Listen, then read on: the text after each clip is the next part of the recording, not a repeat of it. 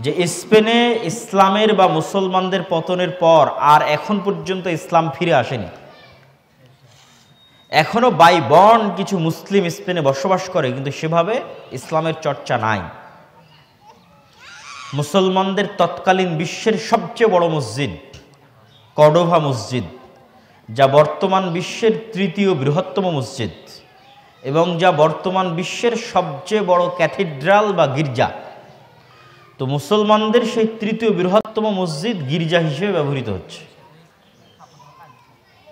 আমি নিজে সেই মসজিদে প্রবেশ করে এসেছি, দেখে এসেছি। জমি মুসলমানদের ওয়াকফ করা, মসজিদ তৈরি হয়েছে মুসলমানদের দানের টাকায়, কিন্তু ব্যবহৃত হচ্ছে গির্জা হিসেবে। এটা একটা দুটো মসজিদ নয়, স্পেনের যত গির্জা আছে প্রত্যেকটা গির্জা বাহির থেকে দেখলে আপনি বলবেন এটা তো মসজিদ, ভিতরে ঢোকার পর দেখবেন না, এ তো গির্জা। কেননা মুসলমানদের আমলে তৈরি হওয়া মসজিদ এখন গির্জা হিসেবে ব্যবহার হচ্ছে। তো মেহরাব ওই রকমই আছে, মিনার ওই রকমই আছে। তো মেম্বার, মেহরাব, মিনার এবং মসজিদের শেপ দেখলে বাহির থেকে বলবেন এটা শতভাগ মসজিদ, আসলেই মসজিদ, কিন্তু ব্যবহৃত হচ্ছে গির্জা হিসেবে। এই হচ্ছে স্পেনের মুসলমানদের করুণ পরিণতি। কিন্তু ভারতেও যখন মুসলমানদের এবং ইসলামের পতন হয়েছে, এবং আজকেও পাকিস্তান এবং বাংলাদেশ বাদ দিলে ভারতের মাটিতে মুসলমানদের উপর যে জুলম এবং অত্যাচার চলতেছে ব্রিটিশদের পরে এখন পর্যন্ত, তার বিপরীতে মুসলমানেরা যে ফাইট দিচ্ছে, টিকে আছে, তার সবচেয়ে বড় কারণ হচ্ছে ব্রিটিশরা এই দেশে পা রাখা মাত্রই মুসলমানেরা সিদ্ধান্ত নিয়েছিল তাদের নিজের অর্থে মাদ্রাসা টিকিয়ে রাখতে হবে। এই এক সিদ্ধান্ত ভারত উপমহাদেশের ভাগ্য পরিবর্তন করে দিয়েছিল। ভারত উপমহাদেশের আনাচে কানাচে নতুন করে মুসলমানেরা জমি ওয়াকফ করে মাদ্রাসা প্রতিষ্ঠা শুরু করে। আগে মাদ্রাসা ছিল না তা নয়, কিন্তু আগে সরকারি অর্থে চলত। মুসলমানেরাও জমি ওয়াকফ করত, বাদশারাও জমি মাদ্রাসার নামে দিয়ে দিত। বাদশাহ আলমগীরের সময়ে পুরো ভারত উপমহাদেশের 5 ভাগ জমির 1 ভাগ মসজিদ মাদ্রাসার নামে ওয়াকফ ছিল। কিন্তু এগুলো সব জমি ব্রিটিশরা লাখেরাত সম্পত্তি বাজেয়াপ্তকরণের নামে সব জমি নিজেদের অধীনে নিয়ে নেয় এবং জমিদারদের মধ্যে বন্টন করে দেয়। ফলত একদিনেই মসজিদ মাদ্রাসা জমিবিহীন হয়ে যায়, শিক্ষা ব্যবস্থা কন্ট্রোলের বাইরে চলে যায়। তখন মুসলমানেরা সিদ্ধান্ত নেয় আমরা আবার নতুন করে জমি ওয়াকফ করব এবং আমাদের অর্থায়নে আমরা মাদ্রাসা পরিচালনা করব। এই চেষ্টার কারণে এখন পর্যন্ত ভারত উপমহাদেশে দিন ন্যূনতম পর্যায়ে হলেও টিকে আছে এবং ততদিন টিকে থাকবে যতদিন মুসলমানেরা আলেম তৈরির এই কারখানাগুলোকে টিকিয়ে রাখবে। কেননা জাতি টিকে থাকার জন্য নবী লাগে, নবী নাই তো অল্টারনেটিভকে আলেম। আলেমও যেই দিন তৈরি হবে না সেই দিন মুসলমানদের আর কোনো ভবিষ্যৎ নাই। রাসূলুল্লাহ সাল্লাল্লাহু আলাইহি ওয়াসাল্লাম বলেন, আল্লাহ সুবহানাহু তাআলা লা ইয়ানতাজিউল ইলম, জ্ঞানকে ছিনিয়ে নেবেন না। যে মুসলমানদের মধ্যে জ্ঞান আছে আল্লাহ সুবহানাহু তাআলা জোর করে জ্ঞান উঠিয়ে নিলেন, না, এটা হবে না। বরং আলেমদের মৃত্যুর মাধ্যমে জ্ঞানকে উঠিয়ে নেওয়া হবে। মানে মুসলমানদের মধ্যে আর কোনো আলেম তৈরি হবে না, তখন অটোমেটিক জ্ঞান উঠে যাবে।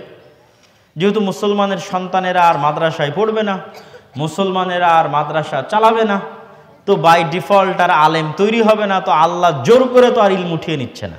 মুসলমানেরা যেহেতু জ্ঞান শিখছে না, আলেম তৈরি হচ্ছে না, তখন একটা সময় ইলম উঠে যাবে এবং কিয়ামতের পূর্ব মুহূর্তে কি হবে? কিয়ামতের পূর্ব মুহূর্তে ইউরফাউল ইলম, জ্ঞান এভাবে উঠে যাবে আর মূর্খতা বর্ষিত হবে পৃথিবীতে, বর্ষণ হবে মূর্খতার। এবং ইসলাম বিরোধী প্রত্যেকটা কাজই মূর্খতা, অজ্ঞতা। এবং যখনই মানুষ নলেজের ডেপথে চলে যাবে তখন সে বের করতে পারবে, হ্যাঁ আমি ইসলাম বিরোধী যে কাজটা করতেছি এটা মূর্খতা এবং এটা অজ্ঞতা। আর এর বিপরীতে ইসলাম আমাকে যে আদেশ এবং নির্দেশ দিয়েছে সেটা জ্ঞানের বহিঃপ্রকাশ, সেটা যে কোনো বিষয় হোক না কেন। তো কি বলছিলাম, রাসূল সাল্লাল্লাহু আলাইহি ওয়াসাল্লাম বলছেন, ফাইদা লাম ইয়াবকা আলেমান, যখন আর কোনো আলেম পৃথিবীতে বাকি থাকবে না, ইত্তাখাযান নাস রুউসান জুহালা, তো নবীরা থাকলে নবীদের নেতা মানত, নবীদের অল্টারনেটিভ আলেমরা থাকলে তাদের কাছে যেত জ্ঞান অর্জনের জন্য। আলেমরা যখন থাকবে না তখন মুসলমানদের নেতা হবে অজ্ঞ আর মূর্খরা। ফাদল্লু ওয়া আদল্লু, এই অজ্ঞ মূর্খ নেতারা নিজেরাও পথভ্রষ্ট হবে, মুসলমানদেরকেও পথভ্রষ্ট করবে। তাহলে মাদ্রাসাকে যদি আমরা এই পুরো বাক্যের সারমর্ম বলতে পারি, তাহলে মাদ্রাসা হচ্ছে মুসলমানদের দুর্গ, ইসলামের দুর্গ। জাতিগতভাবে মুসলমানদের রক্ষা করতে চাইলে মাদ্রাসা লাগবে, এবং জ্ঞান হিসেবে, দিন হিসেবে ইসলামকে রক্ষা করতে চাইলে মাদ্রাসা লাগবে। কেননা আমাদের আলেম ওলামা লাগবে, যারা আমাদের দিক নির্দেশনা দেবে, পথ প্রদর্শন করবে। সম্মানিত উপস্থিতি, আর আমাদের যে উদ্যোগ, এই উদ্যোগের পিছনের কিছু ব্যাকগ্রাউন্ড বলে আমরা আপনাদের উদ্দেশ্যে কিছু নাসিহা, উপদেশ এবং আমাদের করণীয় সেগুলো তুলে ধরবো ইনশাল্লাহ। আমাদের এই উদ্যোগের ব্যাকগ্রাউন্ড হচ্ছে মূলত মক্তব দিয়ে শুরু আমাদের দাওয়াতি কার্যক্রম। তো মক্তব ভিত্তিক কার্যক্রম শুরু করার আগেও স্বাভাবিকভাবে আমি প্রায় 40টা মসজিদ ভিত্তিক দাওয়াতি সফর দিয়েছিলাম, যখন উদ্দেশ্য মক্তব ছিল না, এমনি দাওয়াতি সফর। বগুড়াতেও এসেছিলাম, জয়পুরহাটেও এসেছিলাম, বগুড়ার যেটা শহরের মধ্যে মসজিদ আছে সেখানে এসেছিলাম, ওই 40টা মসজিদ সফরের মধ্যে। তখন মক্তবের বিষয়টা সেভাবে মাথায় ছিল না, কিন্তু এই মসজিদগুলো সফর করতে গিয়ে দেখা গেল যে অনেক মসজিদে মক্তব নাই, বন্ধ, অথবা অনেক মসজিদে চললেও কমিটি বা স্থানীয় লোকজন সেটিকে গুরুত্ব দেয় না, গুরুত্বহীনভাবে চলে। তো আমার কাছে মনে হলো শতভাগ মুসলমানকে দিন শেখানোর একমাত্র মাধ্যম হচ্ছে মসজিদকে আবাদ করা। মাদ্রাসা দিয়ে আলেম তৈরি করা যাবে, শতভাগ মুসলমানের সন্তানকে দিন শেখানো যাবে না। কেন, আলেম তো আর সবাই হবে না। সবাই যদি আলেম হয় তো ডাক্তার, ইঞ্জিনিয়ার কে হবে? রিক্সা চালক, কৃষক কে হবে? পৃথিবী তো চালাতে হবে। আল্লাহর সিস্টেম এটা নয়। আল্লাহর সিস্টেম হচ্ছে পৃথিবী পরিচালনার জন্য আল্লাহ মানুষের মধ্যে ক্যাটাগরি দিয়ে রেখেছেন। এই জন্য স্থায়ীভাবে আল্লাহ কাউকে ক্ষমতা দেয় না। আল্লাহ সুবহানাহু ওয়া তাআলা নিজেই কোরআনে বলছেন, ওয়ালাউলা দাফউল্লাহিন নাসা বা'দাহুম বিবা'জ লাফাসাদাতিল আরজ। আল্লাহ যদি এক বাদশাকে দিয়ে আর এক বাদশাকে না সরাতো, তাহলে পৃথিবীতে এক বাদশা যদি দীর্ঘদিন থাকতো, তাহলে জুলমে পৃথিবী পরিপূর্ণ হয়ে যেত। তো এইটাই আল্লাহর সিস্টেম, যে আল্লাহ কাউকে স্থায়ীভাবে, সে 1000 বছর সে রাজত্ব করবে, এরকম আল্লাহ সুবহানাহু ওয়া তাআলা করেন না। এরকমই সিস্টেম আছে, উত্থান আছে, পতন আছে, উত্থান আছে, পতন আছে। তো সবাই আলেম হবে এটা নয়। তাহলে যেহেতু সবাই আলেম হবে না, কিন্তু সবাইকে তো জান্নাতে যেতে হবে, তার মানে সবাইকে ন্যূনতম দিন তো শিখাই লাগবে, নাহলে তো জাহান্নামে চলে যাবে। তাহলে যতটুকু দিন শিখা মুসলমানের জন্য ফারজে আইন জান্নাতে যাওয়ার জন্য, ওই দিন মসজিদেই শেখানোর ব্যবস্থা করতে হবে। যেহেতু সবাই মাদ্রাসায় আসবে না, যেহেতু সবাই আলেম হবে না, আর সেটার জন্যই আমাদের পূর্বপুরুষরা তৈরি করেছিলেন মক্তব ভিত্তিক দিন শিক্ষা, মসজিদ ভিত্তিক মক্তব, যেটা আজকে অবহেলিত। তো আমাদের এই রিয়েলাইজেশন থেকে আমরা মক্তব চালু করার প্রতি উৎসাহ দিতে গিয়ে আরও 300 মসজিদ সফর করি। এগুলো সব ফি সাবিলিল্লাহ সফর। এরকম নয় যে গেলাম, মানুষ হাদিয়া দিল, পথ খরচ পাথেও দিল, এটা না। ওরকম 300টা জালসা সম্মেলন করলে মানুষের কাছে অনেক হাদিয়া পাওয়া যেত। কিন্তু জালসা সম্মেলন করে হাদিয়া পাওয়া যাবে ঠিক আছে, কিন্তু দেশ ও জাতির জন্য গঠনমূলক কোনো একটা কাজ করা, এটা আধা ঘন্টার 1 ঘন্টার জালসায় হয় না। না হলে আমি আপনার এই বড় পাথার বালিয়ে দিঘি মাদ্রাসার জালসায় আসলাম না, আর আজকে এমনি চলে আসলাম। কেননা আমি জানি আজকের আশাটাতে আমি দিক নির্দেশনা দিতে পারবো, গঠনমূলক একটা কাজে সহযোগিতা করতে পারবো। সেই গঠনমূলক একটা স্থায়ী কাজ হচ্ছে মাদ্রাসা, আর গঠনমূলক একটা স্থায়ী কাজ হচ্ছে মসজিদ ভিত্তিক মক্তব। তো যখন আমরা মসজিদ ভিত্তিক মক্তবের প্রতি উৎসাহ দিয়ে আরও এরকম 300টা মসজিদ সফর করলাম, তখন দেখা গেল যে মক্তবগুলোর কোনো নির্ধারিত সিলেবাস নাই। মক্তবের শিক্ষকেরা এক একজন এক একভাবে এক এক মতো পড়াচ্ছে, সেইটাকে তদারকি করার কোনো ওয়ে আমাদের কাছে নাই। তখন আমরা সিলেবাস তৈরি করলাম, সিলেবাস তৈরি করে প্রশিক্ষণ দেওয়া শুরু করলাম, এবং আলহামদুলিল্লাহ ঈদুল ফিতরের আগ পর্যন্ত আমাদের হিসাব ছিল প্রায় 500 মক্তবের শিক্ষককে আমরা ট্রেনিং দিয়েছি আলহামদুলিল্লাহ। ঈদের পরে আরও 2টা ব্যাচ হয়ে যাচ্ছে, একটা হয়ে গেছে আর একটা চলমান আছে, সেটার হিসাব এখনও পাইনি আরও কত নতুনজন শিক্ষক ট্রেনিং নিল। এবং এই 500 শিক্ষকের ট্রেনিংয়ের যাতায়াত খরচও আমাদের উপর, থাকা খাওয়া খরচও আমাদের উপর। যাতে মসজিদ কমিটি বা গ্রামের লোক না বলতে পারে এবং ইমাম সাহেব অজুহাত না দিতে পারে কেন যাব, টাকা কে দিবে। তো যাতায়াত খরচও আমরা, থাকা খাওয়া খরচও আমরা, এবং মক্তবের শিক্ষকদের, মক্তবের ছাত্রদের বইও আমরা। যে কায়দা বইটা তারা পড়বে সেই বইটাও তাদেরকে বিনামূল্যে বিতরণ করা, 500টা মক্তব পর্যন্ত আমরা বিতরণ করেছি আলহামদুলিল্লাহ। তবে আমরা এরকম কোনো ওয়াদা করিনি যে তাদেরকে আমরা অর্থনৈতিক সহযোগিতা করব, এরকম কোনো ওয়াদা করিনি। আমরা বলেছিলাম একদম অসহায়, দরিদ্র, চলতে পারে না, এরকম 2-1টা মক্তবকে আমরা হেল্প করবো ইনশাল্লাহ, এবং করেছিও, করছিও। আপনাদের যমুনার চরেও কিছু মক্তব আমাদের চলে, যেগুলোতে আমাদের সহযোগিতা যায়, প্রায় 100 থেকে 150টা মক্তবে প্রতি মাসে সহযোগিতা যায়। তবে আলহামদুলিল্লাহ আমরা না ওয়াদা করলেও আল্লাহর দয়ায় আমরা এই ঈদের আগে যতগুলো মক্তব আমাদের নিকটে ট্রেনিং নিয়েছিল তাদের প্রত্যেক শিক্ষকের কাছে আমরা ন্যূনতম হলেও কিছু ঈদ উপলক্ষে হাদিয়া আমরা পাঠাতে পেরেছিলাম। এই জন্য আমরা আল্লাহর শুকরিয়া আদায় করি আলহামদুলিল্লাহ। এটা আমাদের কল্পনার বাইরে ছিল যে আমরা এতগুলো মক্তবকে ঈদে কোনো একটা হেল্প করতে পারবো, কিন্তু আল্লাহ সুবহানাহু ওয়া তাআলা সেটার ব্যবস্থা করে দিয়েছেন আমাদেরই কিছু দিনী ভাইদের মাধ্যমে। তো আরও যারা আপনাদের আশেপাশের অঞ্চলে আছে তাদেরকে সহজ, সিম্পল আমাদের অফিসের নাম্বারে খোঁজ নিয়ে ট্রেনিংয়ের জন্য পাঠানো, ট্রেনিং শেষ করে সেখান থেকে বইসহ আসা, এবং নিজ উদ্যোগে যারা দাওয়াতি কাজ করতে চায় তাদের প্রথম দাওয়াতি কাজ হওয়া উচিত মক্তব। আমি সব জায়গায় গিয়ে সহযোগিতা করবো এটা নয়, আমার অধীনে সব মক্তব চলবে এটা নয়, কিন্তু এই কথা শুনতে শুনতে আরও 10 জন মানুষ উদ্যোগ নেবে যে আমাদেরও মক্তব নিয়ে কাজ করা উচিত। তখন দিন শেষে আমরা ওই লক্ষ্যে পৌঁছে যাব যে আজ থেকে 10 বছর পর, আজ থেকে 15-20 বছর পর বাংলাদেশের একজন মুসলমানের সন্তানও এমন থাকবে না যে পবিত্র কোরআন পড়া জানে না। সম্ভব না? সম্ভব নয়? ইনশাআল্লাহ সম্ভব। যদি মিশরের মাটিতে সম্ভব হতে পারে, পৃথিবীর অন্যান্য দেশে সম্ভব হতে পারে, বাংলাদেশে কেন সম্ভব হবে না? বাংলাদেশের মুসলমানের সন্তানেরা কেন কোরআন সম্পর্কে অজ্ঞ থাকবে? কেন নবীদের জীবনী সম্পর্কে অজ্ঞ থাকবে? কেন রাসূল এবং সাহাবীদের জীবনী সম্পর্কে অজ্ঞ থাকবে? আমরা তো তাদেরকে এটা 1 বছরই মক্তবে পড়িয়ে দিতে পারি, সহজ জিনিস। সুতরাং শতভাগ মুসলমানের সন্তানকে দিন শেখানোর এই কাজটাই দাওয়াতি কাজের সবচেয়ে বড় কাজ। তারপরে আমরা দ্বিতীয় যে উদ্যোগটা গ্রহণ করি সেটি হচ্ছে আমরা দেখি যে গ্রামগঞ্জে মক্তবের চাইতে আরেকটু শক্তিশালী প্রতিষ্ঠান হচ্ছে মাদ্রাসা। একটা মক্তবের চাইতে একটু হলেও শক্তিশালী প্রতিষ্ঠান এটা মাদ্রাসা।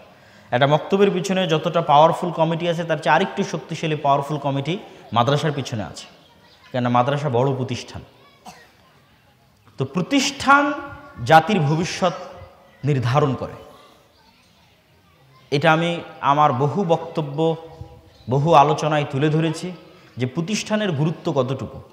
আর বাস্তব উদাহরণ দিতে গেলে এখনকার উদাহরণ দিতে হবে যে গত 16 বা 15 বছরের যে ফ্যাসিজম বাংলাদেশে ছিল, তারা যখন 36শে জুলাই বা 5ই আগস্ট বাংলাদেশ ছাড়ল, তখন বাংলাদেশের যে পাওয়ার শিফটিং, পাওয়ার ট্রানজিশন, রাজনৈতিক ক্ষমতার যে হস্তান্তর, এটা বাই ডিফল্ট অটোমেটিক বাংলাদেশের শক্তিশালী প্রতিষ্ঠানগুলোর কাছে চলে গেল।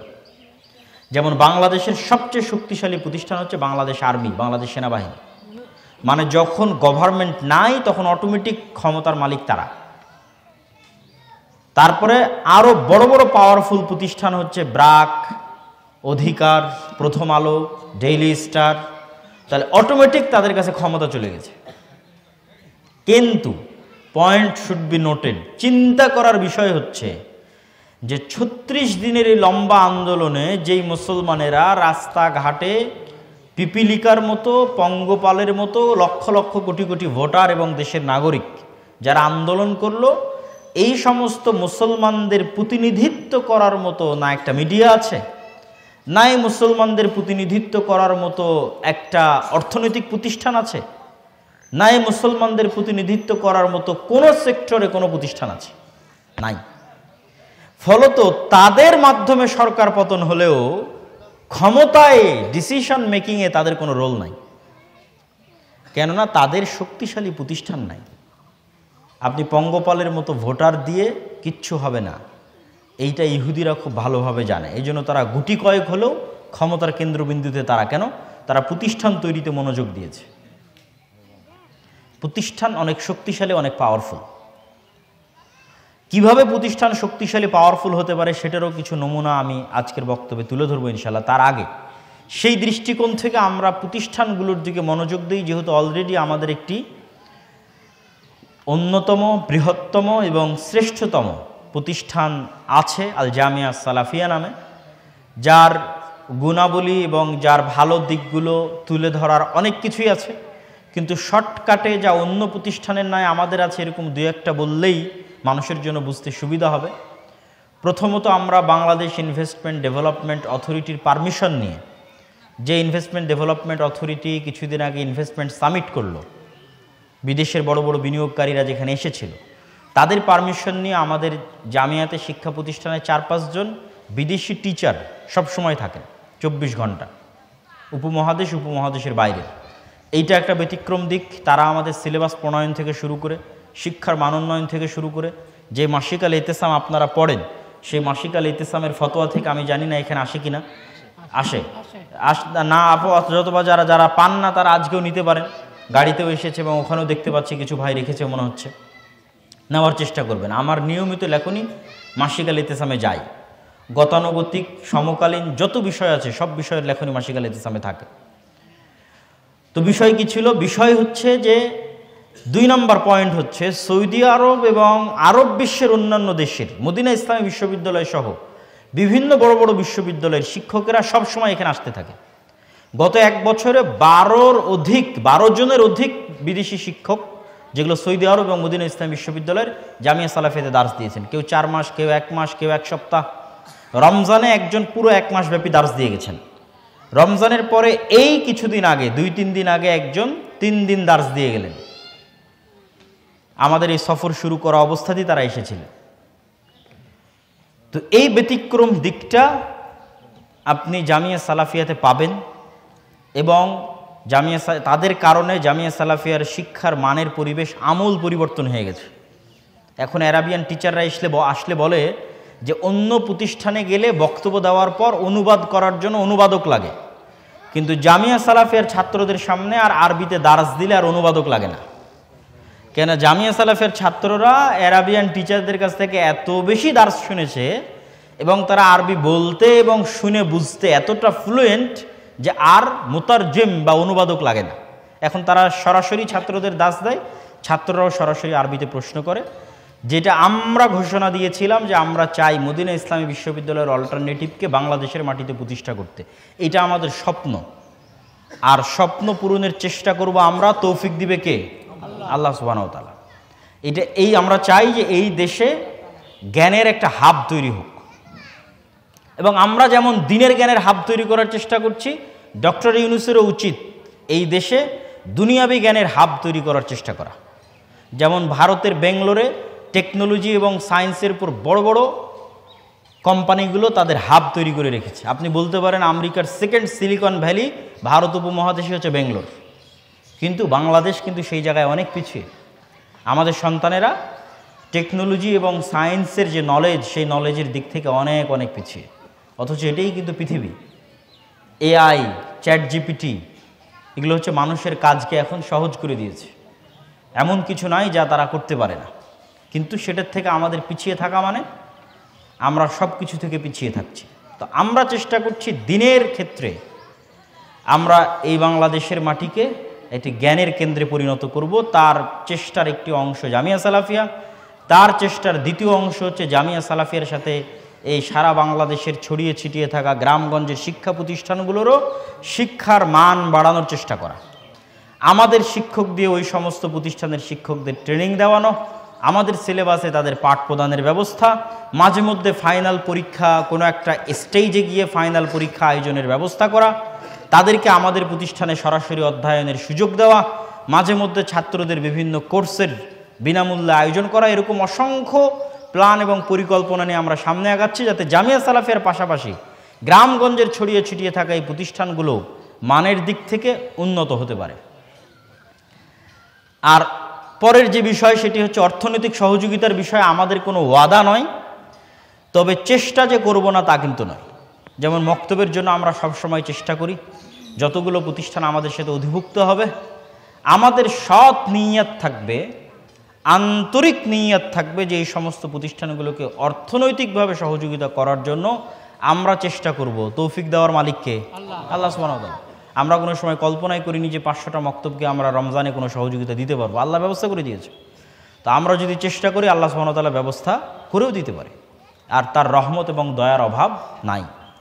তবে আমাদের ওয়াদার অংশটা কি? লজিস্টিক সাপোর্ট, জ্ঞানগত এবং শিক্ষাগত উন্নয়নের জন্য যেমন আমার আজকের আশা, এটাও একটা সহযোগিতা, ফি সাবিলিল্লাহ সহযোগিতা। যে হয়তো অন্য কোনো সময় জালসা সম্মেলনে যদি আমি আসতাম তাহলে হয়তো আপনাকে পথ খরচ দিতে হতো, অনেক কিছু চিন্তা করতে হতো। আর আজকে সম্পূর্ণরূপে ফি সাবিলিল্লাহ আমি আপনার প্রতিষ্ঠানে এসেছি যাতে আপনার প্রতিষ্ঠানকে সহযোগিতা করতে পারি। এটা একটা সহযোগিতার অংশ।